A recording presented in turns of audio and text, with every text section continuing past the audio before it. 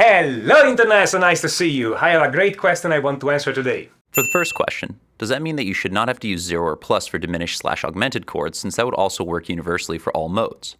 That's a question on how Roman numeral notation work, and there are two schools of thought in there. The first school of thought is that when you use the Roman numerals to indicate chords, you put big Roman numerals for major chord and small Roman numeral for minor chords. So for instance, in a major key, you're going to have the first chord as major, the second chord as minor, the third chord as minor, the fourth chord as major, you should make it bigger, the fifth chord as major, the sixth as minor, and the seventh as diminished, and in diminished conventionally you put a little circle here to indicate a diminished chord. That's one school of thought. In this school of thought, the quality of the chord is reflected in the way you write them. But there is another school of thought that tells you that this doesn't matter. The important point is just the degree of the chord. So what they will do, they will just write all those chords exactly in the same way. 1, 2, 3, 4, 5, and 6, and 7. And it's totally up to you to know that the first chord is always major in a major key, the second chord is always minor in a minor key, so on and so forth. And in this case, I wouldn't even put the diminish on the seventh, even if not everybody is consistent in that, okay? But most of them will not put the diminish on the seventh because it's obvious that if you're talking about a major key, the seventh is diminished.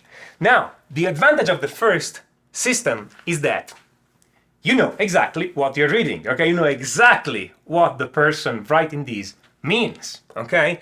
But there is also a disadvantage, and the disadvantage is that some things work both in major and in minor.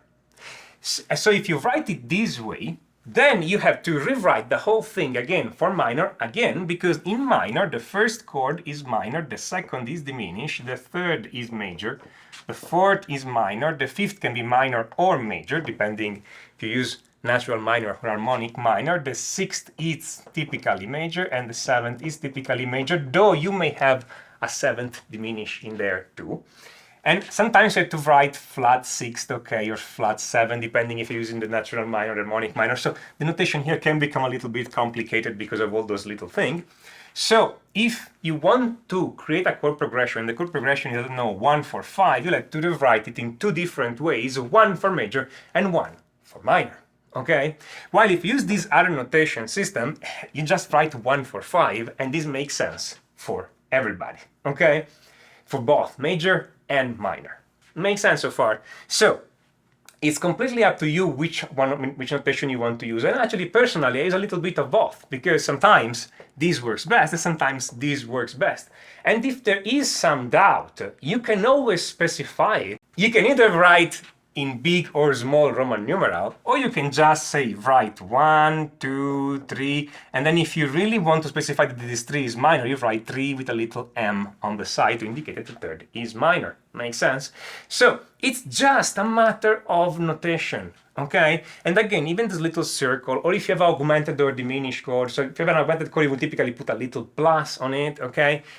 It's just a notation, and it's not a perfect thing. It's a shorthand notation to try to understand what's going on in a piece of music. It's not meant to substitute completely, for instance, standard notation. And this is true for all kind of notation, even the chord notation when you write C, D minor, F, and this kind of thing, and you write, I don't know, C major 7, C major 9, etc. It's not supposed to completely replace the standard notation. It's supposed to convey a different thing. If I write, I don't know, in any kind of notation, if I write a C major 9, what I mean is that, that's why the 9, yeah, the Anglo-Saxon way. What I mean is that the chord here will have notes C, E, G, B, which is the major 7th, D, which is the 9th, okay? But it doesn't specify if I'm playing all those notes, only some of those notes, if I'm playing in what order I'm playing those notes and all this kind of thing. I'm expecting C to be at the bass, usually, but again, it's not really specified. This is just giving me the area, the harmonic area where I am.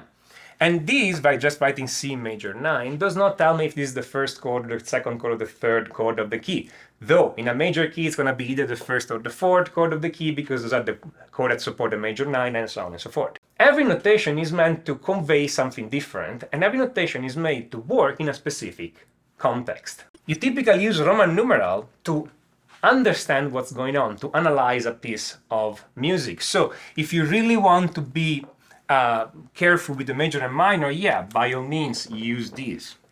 But if you just want a rough draft of what's going on, and you know that maybe later in the piece we're doing the same thing in minor, then use this other notation here so you can immediately see where people are repeating things first in major, then in minor, or in other, or using similar tricks, okay? The important point here is that notation is a flexible thing. I know that there are people out there that say that you have to write things in a specific way, there is only one right way to write it, blah, blah, blah. But in practice, in the real world, every musician does whatever they want, okay? Because we are in different situations. Some of us use notation to understand music, some of us use those notation to convey music. If you're a jazz player, you're using these in your chord charts so that you can play a piece of music without having to sit down and figure out every single note of the piece, right? You just have the chord chart. Since in different contexts we do different things and we use those notations for different things, different notations are optimized for different things. For analysis, for playing. For instance, jazz notation is definitely optimized to write music in a place where you have scarce visibility, okay? Because, for instance, we write M-A-G, maj, and we don't write, I don't know, C big M9, because C big M9, which is C major 9, it's easily confused with C small m9, which is C minor 9, which is a completely different chord.